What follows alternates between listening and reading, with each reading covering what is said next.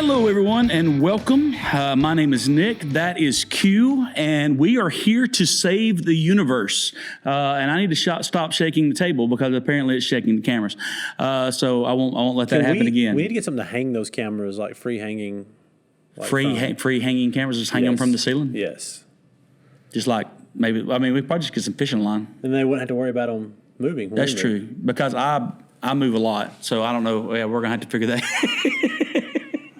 We're going to have to figure that out. We are joined by our producer, Jeff Tennant, and I've decided we've got to get Jeff a nickname because I think most cool producers and like podcasts and radio have cool nicknames. So we've got to figure out something there. We'll figure that out. Yes. Jeff, what did your dad used to call you when you was little? Jeff. I'm good with Jeff Rena. Jeff Rena. I have no issues with Jeff Rena. Okay. Okay. We can call him Rena for short. Rena. Jeff Rena.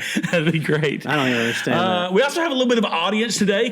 Quinton's brother, Q's brother, also one of my dear friends and all of our dear friends, Wade Williams is here today, just hanging out. Wade, yell at everybody for us. Hello, everybody. Yeah, Wade is British, in case you didn't know that. But Wade got drive-through married this past weekend. And she left me after 3 days. Yep, sure did. She literally left and went 4 states away. After 3 days of marriage. After 3 days of marriage. Got as far away as possible. So, but anyway, we might talk about that. She's a smart lady. A little bit. She is. She's quite ingenious. Now that she can get half of his stuff, she's gone.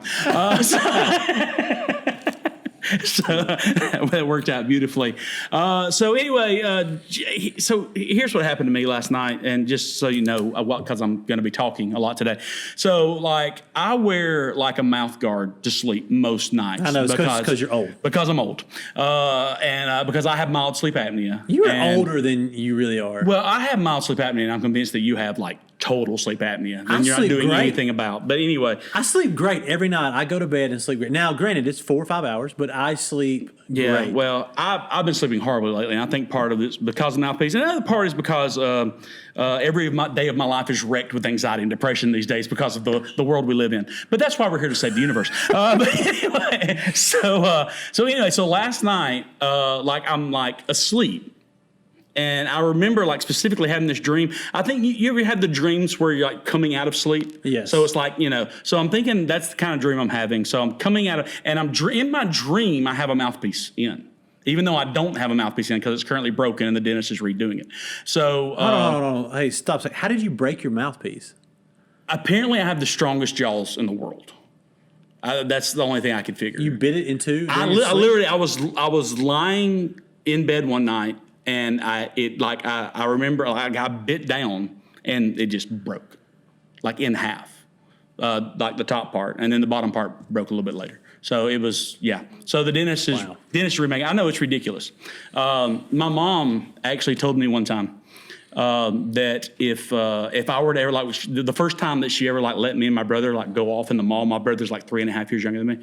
So the first time that my mom ever let us go off together in the mall. My mom said, Nick, if anybody, she said Nicholas, she doesn't call me Nick. Nicholas, if anybody was to ever grab you, you bite the out of them because of how strong my jaws are.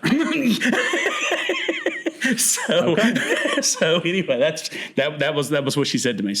But anyway, so I bit that too. All right, back to my story. So anyway, so last night I'm having the half dream, half sleep that I have a mouthpiece in. In the dream, I bite down on my mouthpiece, and guess what I did? I bit down on my tongue so hard that I was bleeding. That's amazing. Bleeding into my mouth. So my tongue on the left side is swollen and awful. So yeah, so that's what I'm dealing with today. So did you wake up? Oh yeah, I woke up. Then did you I woke up. Well, I woke up and I was like, okay, I guess I should get up and see how bad this is bleeding, and because I don't like getting up. Once I'm in the bed, I don't care for ever getting up out of it. So I was like, I should probably go to the bathroom and see if this is bleeding. So I was like, maybe not. And immediately I was like, okay, now I taste blood. There's obviously blood in my mouth, and then I just went back to sleep. So yes. I slept with blood in my mouth all night last night. There you go. Yeah, so it was fun. Your mouthpiece breaks just by the force of your bite force, then your tongue has no chance. No, it has no chance whatsoever. I mean, I actually felt like my bottom and upper teeth meet That's how bad I I bit my honestly feel tongue. like you're a 2% warrior. 2%. If you can sleep with blood in your mouth, you're a 2% warrior. That just gives me 2%. I mean, I don't know what else you've done over the last 60 days. I only judge people's like warrior ability in 60-day marks. Probably nothing that has anything to do with warrior. Good job, 2%. Nothing. Then you're wouldn't- 2%. I can't classify anything better else than I did zero. as warrior. I take that back. I did bust my shin open while splitting wood. That's like so, another. yeah. That's like. And kept going after I did it. Didn't even go upstairs and get it. I mean, so You're probably at least like 11% warrior. I'm good with that. Anything over 10%, I feel like is a good percentage for me. 11% warrior is more than most housewives, so that's good. Yeah, most housewives. Yeah. I know some who are definitely more warrior than me. Oh, and, yeah. I have no problem with it. a good Because, job. it's definitely, I mean, the housewife that you're married to is more warrior than me because she's married to you. That's true.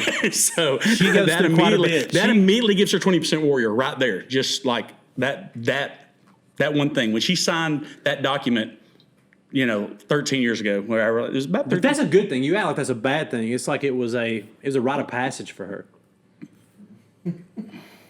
But I don't explain. You're gonna have to explain that further. What kind of rite of passage? I mean, There's just not many people who can join forces with such a strong force as I am and like survive that. It's like this amazing melding that happened in a moment of our marriage where she became part of something so other.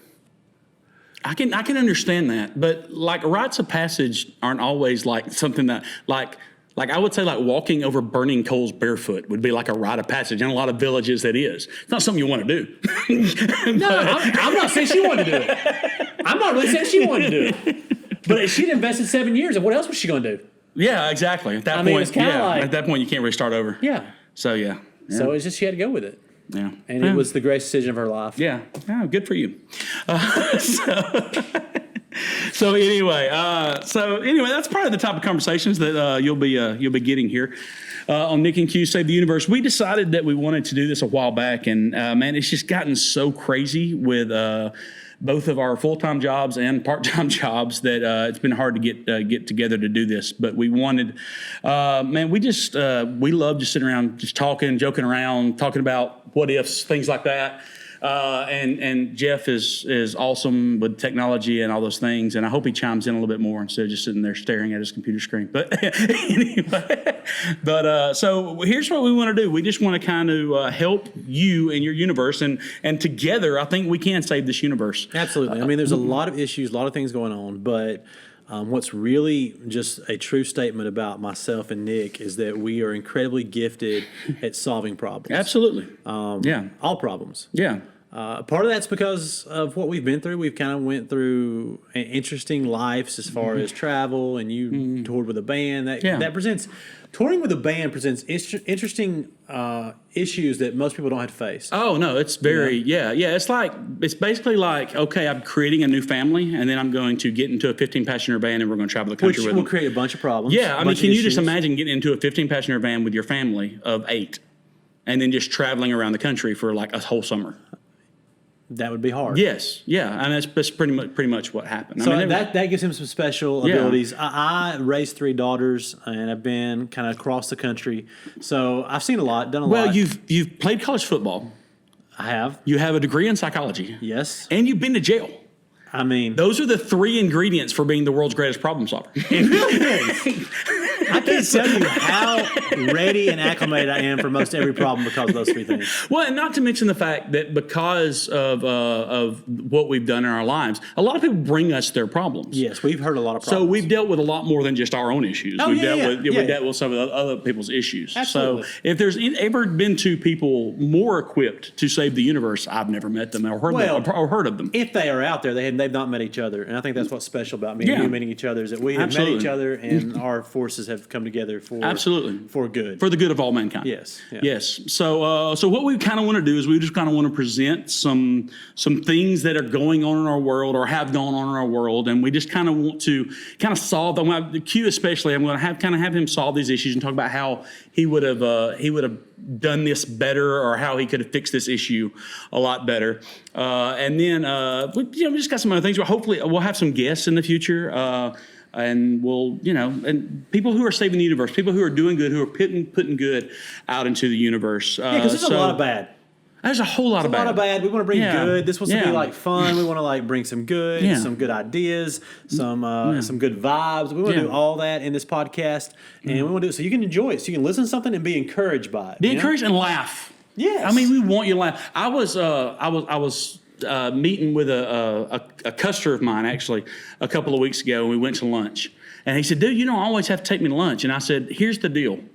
When I go to lunch with you, I learn something and I laugh. That's like all you need. I mean, that's like the perfect lunch. If you learn something and you laugh. And if you eat. Yeah, I mean, eating obviously is part of it. But yeah, if I went to lunch and I just learned and laughed and didn't eat, I would leave a little upset. I would too, but I feel like I might have just came up with a book, like a bestseller, Lunch, Learn, and Laugh. You better trademark that. This is going out to the webs. You better trademark that. Well, but I mean, if it goes out, I can have proof that I said it first, though. Okay. So, well, good luck. I'll get it trademarked. All right. I'll get it taken care of. Okay, so here's the deal. So with our first issue today, I want to read a story that I found. This happened in 2019, and I think, and I can tell you before I read the story, the dude's okay. All right. Good. I don't know how. All right. So I would really hate to read you this story and then at the end go, "Oh, and he died." Because we're good vibes. Yeah, we want good vibes. Good. So the dude's okay. I don't know how. His name was Alex Fink, 57 years old. And this is what happened to him. He was reaching his hand into his crawl space of his home. Okay. Okay. Don't know why. All right. There's no. It must have been a small crawl space. I don't know. It doesn't say why he was reaching his hand into his crawl space. I have a rule that I don't put anything in the crawl space of a home because I'm not. That's. There are certain things in life that I will do, and there are certain things in life that I think are well worth the money. Paying someone else to investigate the crawl space of a home, that's well worth the money. I will skip whatever I have to skip to make that happen because A, I'm claustrophobic, and B, there's no telling what's under there. Here's the thing: there's no telling what's under the crawl space. Yeah. But I get it's really according to the size of it for me and my lighting ability. It's not. It has nothing to do with it. My crawl space is pretty big. I would go under mine now. It has the word crawl in it. If it was stand space, maybe. So he puts his hand in the bobcat in the crawl space. I'm getting ahead of myself. And he was attacked by a large bobcat. The animal was hiding in the crawl space beneath Fink's home. All right. So on top of this, the feline's face was apparently covered with porcupine quills. Oh, so it had been attacked by a porcupine. And later they find out that the bobcat was rabid. Wow. As well. So he puts his hand into the crawl space, and a rabid bobcat comes after it with porcupine quills in his face. Quote, "I was trying to kick it off me, punch it, but every time it bit me, I could hear crunch, crunch, crunch. I thought the attack would never end." The bobcat was rabid.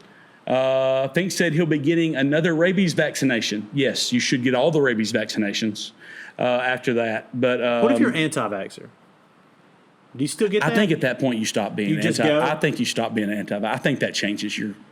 Yeah, I think that changes I just like everything. to know, and maybe somebody's out there watching this. If you're kind of like, "Hey, I'm anti-vax," if you get bit by a rabid bobcat, do you kind of go, "Nah, I'm in now"? Yeah, I just want to know that. I think you got to be. I'm not big. I did the vaccines for my kids and stuff, but I don't do like flu vaccine. Yeah, I haven't. I'm not against the flu vaccine. I mean, whatever. But I've never really had the flu, so I figure why give it to myself if I've never really had it. You've never had the flu. I had the flu one time. So why did you say you never had the flu? Well, I say I had the flu one time. I barely had a fever and I felt fine. But they said I had the flu. Okay. So I'm like, if this is the flu, okay, I'm okay with the flu. I've been sicker with a sinus infection than I was with the flu. That makes sense. Okay. So, all right. But anyway, so back to what we're doing here. Okay. So, all right, Q. There's your scenario. Okay. You have come home. For some reason, you have needed to find something in your crawl space. And instead of finding what you hope to find, you find a bobcat coming at you, barreling at you. You don't know anything. You just know there's a bobcat barreling at. What's the plan there? This is like, I thought we might get some hard problems. We started out with something pretty simple. Let's just be honest first up front. Everybody understand this? A bobcat's not much larger than a house cat. It's a pretty small cat. It's not huge. It's not. Like, It's we're not not. talking about a mountain lion. No, we're not. Yeah. Small dog, yeah. It is not a big animal. So I I have to do think some research on that. I wonder what the biggest bobcat is. But anyway, go ahead. you I'm should sorry. look up the average size of a bobcat. Yeah, Jeff, can there somebody can look up the average size of a I'm bobcat? here. I'm here. Because here's the thing. I think probably what happened to this guy is he got caught up in the moment. The fact that he mentions that he heard the crunch means that he got caught up in a sensory issue instead of a reality issue that was happening in the moment. Like when you feel like something's crunching your bones, have you ever had something crunch your bones? I have not. Well, I'm going to try to keep it that way. when that day comes and you feel like something's crunching your bones, you cannot let your mind take you to a place of freaking out over it. You just can't do that. Cannot let that happen. How do you not let that happen? Well, Because if something is crunching my bones, I'm sure freak out is probably the first thing that's going to happen to me. Well, by the way, average size of a bobcat's 19 pounds. But anyway, go ahead. 19 pounds. That's not that big. No, it's not. My cat, who's a pretty large cat, you've seen my cat Hank, is 14 pounds. So it's 5 pounds bigger. So Yeah. not that big. But still, I wouldn't want my cat even attacking me because he's But let's pretty. come on. What would you do though, Nick, if your cat attacked you? I mean, I'd knock the crap out of him. Yeah. Yeah, and it'd probably be one shot and he'd be done. You can't knock. No, you can't do that. This is rabid. You can't like try to hit it away. Okay, well, that's why you're supposed to solve this problem. Okay, so it's coming at one hand, it's crunching the bones. You got to get past the point that, oh, something's crushing my bones, because if you don't get past that, it's going to just keep crunching your bones. And what you do internally is you internalize and go, okay, if I don't like settle here, if I don't go into warrior mode in this moment, something's going to keep crunching my bones. All right, so you cannot let something keep crunching your bones. Agreed. All right, now, I don't know, how many people in here own cats? 3 of us. Never. Wade would never own a cat. He's too. Mainly. Okay. Whatever, yeah. We'll go with So, if you'll notice, where do you grab your cat when it acts up? You're going to grab it like right behind the shoulder. Yes. In between the shoulder blades. Yes. Yeah. Mm-hmm. So that's where you've got to go in the moment. Yeah. All right. In the moment that, because I'm guessing, I'm gonna like make some assumptions here. Let's say he was right-handed, stick the right hand in. Now, rabid bobcat's coming, and it's latched onto his arm, and he pulls his arm out. Yeah. You got it in that moment. And based on the guy's scars, I'm going to assume he's just wrapped around his forearm, kind of. Yeah. Okay, so yeah. it's coming. So you got to in that moment realize I've got to like right hand's out of this. Like right hand's not about to use this. Doesn't get to be in moment, the fight. All right. Yeah. Because I don't know how much damage has been done. I can swing wildly, but I need to make sure I execute in this moment. Here's the issue. Here's the problem most people have. Most people have not thought about fighting a bobcat in their life. Crazily enough. And when you Oddly don't, enough, I cannot believe that. when you fail to plan, you plan to fail. That is a very true statement. That is a true statement that somebody very famous made that I can't remember at this point. I have intentionally thought through how to fight almost every animal on the planet. I know. That's Like one of the reasons why we're having this conversation. Yeah. By the way, it's raining heavily outside. So hopefully that'll be a nice background for this. Maybe I'm going to go So ahead. I've thought about through how to fight every animal, and I actually saw a bobcat one time when I was hunting, and it scared me to death. Not because I saw a bobcat, because all of a sudden, when I go hunting, I fall asleep. Like deer hunting is so boring to I'm me. sure I would do the same. Like Yeah. one time I was sitting in a tree stand, and the next thing I know, there was like, I looked up and there was this squirrel sitting right in front of me going, and like I about fell out of the tree stand. It's so, like I peed my pants a little bit. I mean, that's complete I true. would have too. So one day I was hunting and I hear this incredible scream. I don't know if you've ever heard a bobcat scream, but you should look up a bobcat scream. In fact, I'm going to take a short pause in case you can look up a bobcat scream and add it. Here's a bobcat scream. Dad? Dad, come on. You gotta get up. Bobcat scream. All right, so bobcat scream incredibly weirdly, like a dying woman. I will pay you to put anything but a bobcat scream in with that face, please. All right. It's like a dying woman. And so it scared me. So here's the thing. That thing's coming at you. It's making loud noise. You've got to already have thought about the day you're going to fight a bobcat. Yeah. It's the key to most of these situations. If you want to save the universe, you've got to have thought through how you're going to save the universe. Yeah, and that's why we're here. We're going to try to present gonna help you. all possible So, scenarios here. Yes. I know many of you listen to this, probably half of you listen to this, are one day going to fight a bobcat. Okay. 50% of all people do fight a bobcat in their I know. lifetime. It's actually, I just read that. So you got to be prepared. All right. Look, know that you're going to the back of that neck with that thing. All right. As it comes at you, don't try to grab it in the front of the neck. It's a mistake. Yeah. Okay. Front of the neck, it's going to start biting you and stuff. You're just giving it something else to bite at that point. Grab it Yeah. in the back of the neck. Okay. Once you do, let's remember this. It's 20 pounds. If you cannot curl 20 pounds, you need to go to the gym. Do you even lift, bro? Yeah. All right. Like, I mean, let's be honest. It's 20 pounds. Well, there are women who might face this problem as well. But sure, I mean, I My think wife can curl Yeah. 20 pounds. Yeah. Oh, yeah. I'm sure. If you like have had to go through chemotherapy and can't lift, yeah. don't be around bobcats. I mean, I'm just saying, like, there's Just something going on. that's obvious. Yeah. If you're a 2-year-old And don't child go near your crawl that space. can't- Don't go near your crawl space just in case there's a bobcat if you're a in there. 2-year-old child that can't, curl 20 pounds, don't go near bobcats Yeah, or crawl spaces. or crawl spaces. Yes. But for all the rest of us, Yeah. when it happens, Yeah. grab it by the back of the neck. All right. Extend. You're going to extend out. All right. You're going to get you a little space. What's going to happen in that moment is going to be a moment of confusion for a cat. Have you ever noticed when you pull a cat up and it doesn't have anywhere to put its legs? Yeah. There's yeah. like They this, just kind of. there's like this moment yeah. of confusion. Yeah. Okay, it's not long. It's going to start trying to turn in a second. But for that moment is your opening. And anytime you're trying to fight any wild animal, the opening is what you're looking for. You have got to create the moment of opportunity in the opening. So as you pull that bobcat away, there's a moment where it's like, oh my God, what happened? What? I was just eating somebody's bones and their flesh, and now I can't touch nothing. And it's gonna be like, I can't touch nothing for like a half a second. All right. Yeah.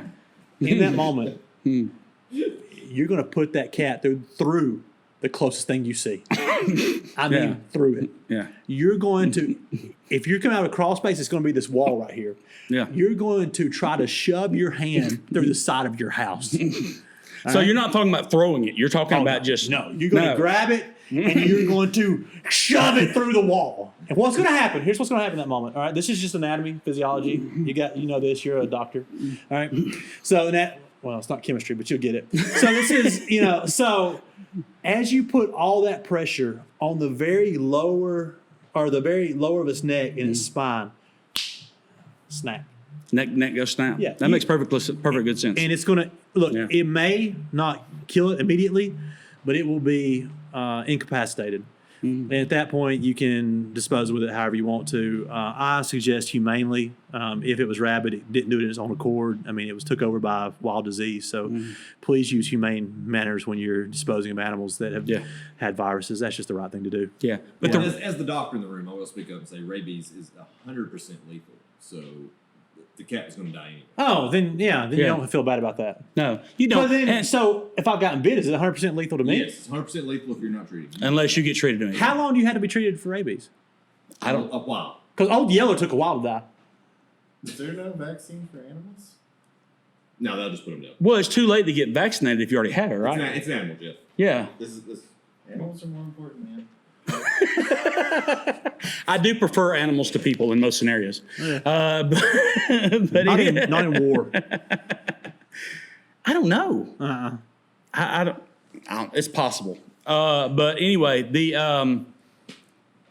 I think the key. I think the takeaway from this. And I think it's important to have a takeaway that if you're fighting an animal, you look for the opening. Yeah, you got to look for the opening. Look for the opening. That's key for everything. I think finding the opening it's key for any problem, any solving during any the problem. animal fight. Yeah, an opening. Yes. Yes. And the It's second takeaway is if you have cancer, stay away from bobcats. absolutely. If you have anything that has caused you to gain some sort of weakness in your life, If you can't curl 20 pounds, you can't curl 20 pounds. So everybody listening or watching this needs to find 20 pounds to curl right now. It's really simple. Go get like 2 jugs Yeah. of water and see if you can curl it. If you Yeah. can't, stay away from bobcats. Don't go where bobcats are. Which in this scenario is crawl spaces. Yes. So, okay, good. All right. So I That's- can curl 20 pounds. Well, I can, but I'm still going to stay away from crawl spaces. Can you? That's my takeaway. when's the last time you lifted? When's the last time I lifted? I mean, I have no idea. I know. I don't have any idea. You should. No, when's the last time you lifted? Well, I'm not talking about that. I've cumulatively lifted more than you. Oh, I'm sure. I'm sure there's no doubt about that. But I mean, what it. And but- I'm big. There's other thing. I'm bigger than you. Like animals aren't going to attack me. They're going to attack you. I don't. Do you look weak? I mean, I weaker don't than think me. I look weak. No. I'm sorry. Weaker than me. Yeah, but I still why? But why? I mean, but you might be. I mean, I'm thinking the bigger the animal, though, I become less of the target, and you become more of the target. No, they don't want to mess with me. I'm thinking if I'm a bear, I'm like, that's a meal right there that I can hibernate on, and I'm like out of the equation. I don't know. Yeah. If it looked in his eyes, it might change his mind. Maybe, and we'll get to because I've heard you talk about a bear attack before and how you would handle that. So Another story for another day. We will definitely get to that. What I want to do is I want to get Wade to wheel around to one of these microphones real quick because I wanted to. I think it's cool that he's here, so I want to get him a little closer to a microphone very very shortly, and maybe he can actually get in the camera shot as well. Yeah, that's good. Okay, so this is Wade, and so what we kind of want to do each week, whether through interview form or through just talking about a story, kind of how we want to end our time this week, is talk about someone who is actually saving the universe. And Wade here has done multiple things in his life to make the universe a better place. And one of those things right now is he's serving at a hospital during one of the biggest medical crises in the history of our world. And I know it's been a little crazy. I know Huntsville's not been that bad. I don't know if I'd say the history of our world.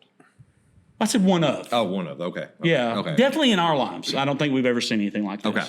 But outside of that, one of the coolest things that I know that you did is there were two teenagers from Mexico who wanted to get educated in America, and you like just took them in.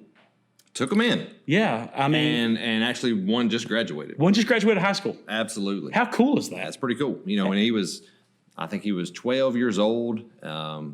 He first came to me when I was doing some mission work down in Mexico and just said, hey, I've got a dream of getting a education in America, and we just want to know what it would take to make that happen. Started looking into that, and yeah, just this past week he graduated. So That's crazy. Yeah, man. That's crazy. And now he's gonna try to go to college down there. he's going to do some tech school training to get his welding Yeah. certificates and all that. He awesome. wants to weld, and You can make some money welding these days. You absolutely he can make more than me probably if he's good at it. If you can do a trade and do it well, there's not enough people doing those right now. So we are in a trade vacuum. yeah. Oh, yeah. it's bad. Everybody, all our parents tell us, go to college, make Yeah. money. Oh yeah. So- I don't know how many out there that are listening have like tried to call a plumber or something here Oh, my recently. goodness. No, it's awful. You're Yeah. not. You're When you find them, yeah.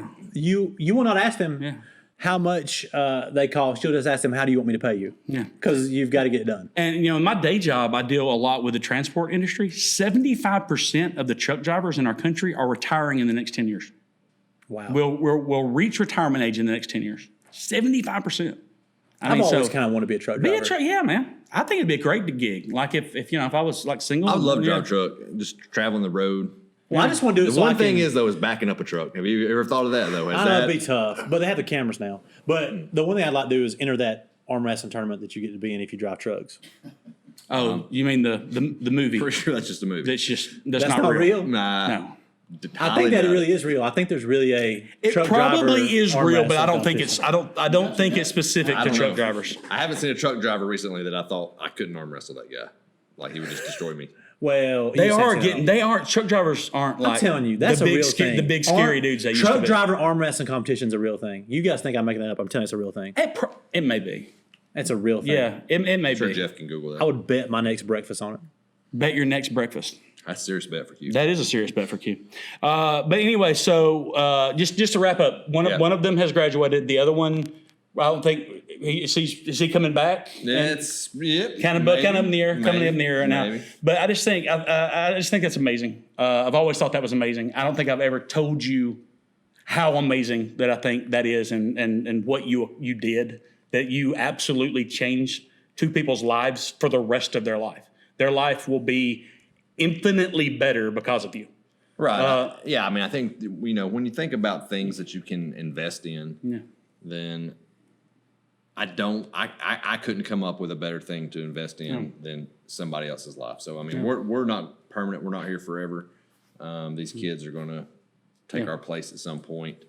And just the opportunity to invest in somebody's life to potentially make their life better, their family's life better, future generations better.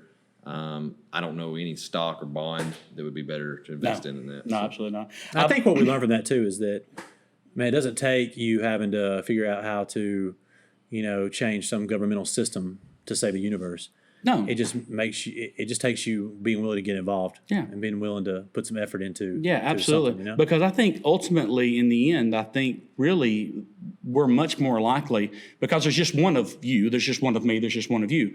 If we invest in 10, 20 people, however many that we can invest in our life and really, really do it well, I mean, then we've just multiplied the chances that we have to change the world by 10 or 20. Yeah. And let's be honest, yeah. Nick, I mean, there's only one of me and you.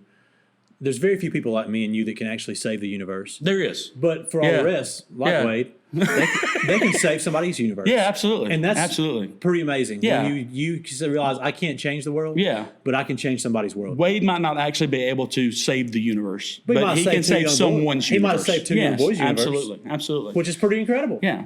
I'll So, take it. Yeah. Yeah, it's awesome. I'll take it. It's awesome. Yeah. So if you're out there thinking right now, how can I be Nick and Q and save the universe? You can't. You can't Impossible. be. Yeah, I mean you can't. But you can change someone's universe. And so, man, just invest. I mean, find those people that need something and invest in them and save their universe. And leave the big heavy lifting to us. Yeah. Because I mean that's basically, I mean, it's just how it should be. Yeah. So Look, tomorrow, let me just tell you, tomorrow you're not going to have to fight a bobcat. no. But Probably. there's somebody, I'll fight it for you, but there's somebody that needs you to fight for them. Yeah. Fight for them tomorrow. Yeah. Make a difference. Absolutely, absolutely. Well, hey, I'm Nick, and that is Q. On behalf of our lovely producer, Jeff Rena. We have once again for another day made the universe a safe place to live. So you're welcome. All right, we'll see you later. Pleasure.